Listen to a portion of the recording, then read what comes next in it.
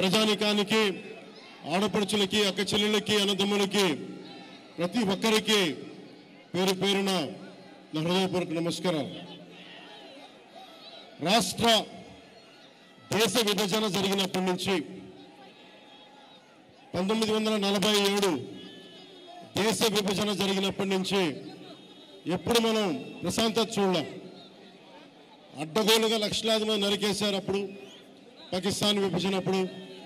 ఆ రోజు నుంచి ఈ రోజు దాకా ఏదో ఒక సందర్భంలో వాళ్ళ దేశాన్ని పాకిస్తాన్ని వాళ్ళు ఏలుకోలేక బలపడుతున్న మన దేశం, అభివృద్ధి చెందుతున్న మన దేశం ఎలాగైనా సరే దీన్ని వెనక్కి నెట్టాలి, అభివృద్ధిని ఆపాలి అనే ప్రయత్నాలు పాకిస్తానీ కొన్ని దశాబ్దాలుగా చూస్తున్నాం.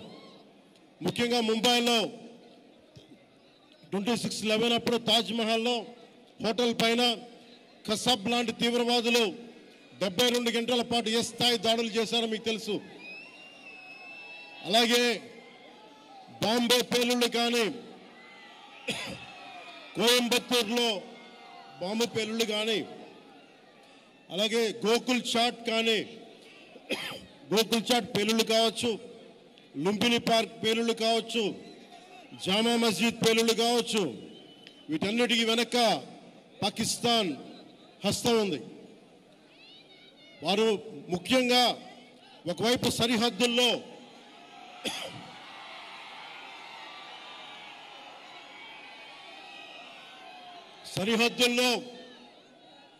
మనం ఈ రోజున విజయవాడలో కూర్చొని, ఆంధ్రప్రదేశ్లో కూర్చొని మనం ఇట్లా తిరగలుగుతున్నామంటే జమ్మూ కాశ్మీర్లో కానీ, హర్యానాలో కానీ, రాజస్థాన్లో కానీ, సరిహద్దు రాష్ట్రాలు ఏవైనా సరే ఇంత ప్రశాంతత ఉండదు.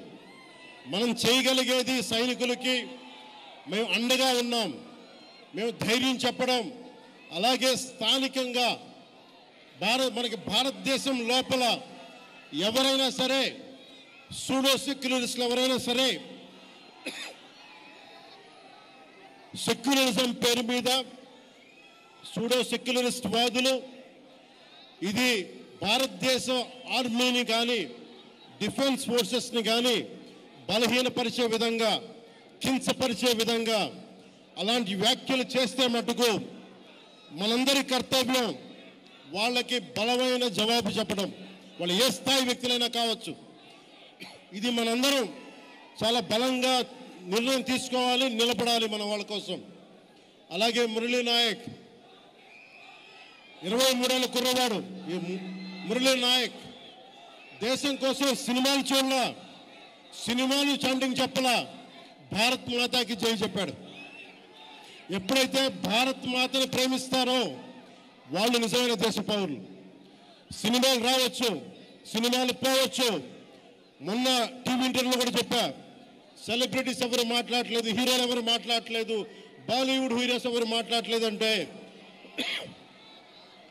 వాళ్ళెవరు కూడా దేశాన్ని నడిపే వ్యక్తులు కాదు. They are mere entertainers, they are good performers. అంతకు మించి సెలబ్రిటీస్ గురించి దేశభక్తిని ఆశించకండి. దేశభక్తి ఇక్కడ ఉంది. ఒక మురళీ నాయక్ లాంటి వాడు, 23 ఏళ్ళ కుర్రవాడు, పోతే సైనికుడిగా పోవాలి, దేశాన్ని కాపాడుతూ పోవాలి. అలాంటి మురళికి మనం ఏం చెప్పగలం? తల్లిదండ్రులకి ఏం చెప్పగలం? ఒకటి దేశం కోసం ప్రాణాలు ఒడ్డేసి వెళ్ళిపోయిన మురళీ నాయక్ ఆత్మకి శాంతి కలగాలని కోరుకుంటూ, నిరంతరం మన గౌరవ ప్రధాని శ్రీ నరేంద్ర మోదీ గారికి ఎల్లప్పుడూ వెన్నంటే ఉంటాం, అండగా ఉంటాం అని తెలియజేసుకుంటూ, పాకిస్తాన్కి మనందరం మన భాషల్లో అన్నిట్లో కూడా ఒకటే చెప్పాలి, మీరు మా దేశం లోపలికి వచ్చి కొడితే మేము మీ ఇళ్లలోకి దూరొచ్చి కొడతాం. అదొక్కడే, అదే సమాధానం వీళ్ళకి.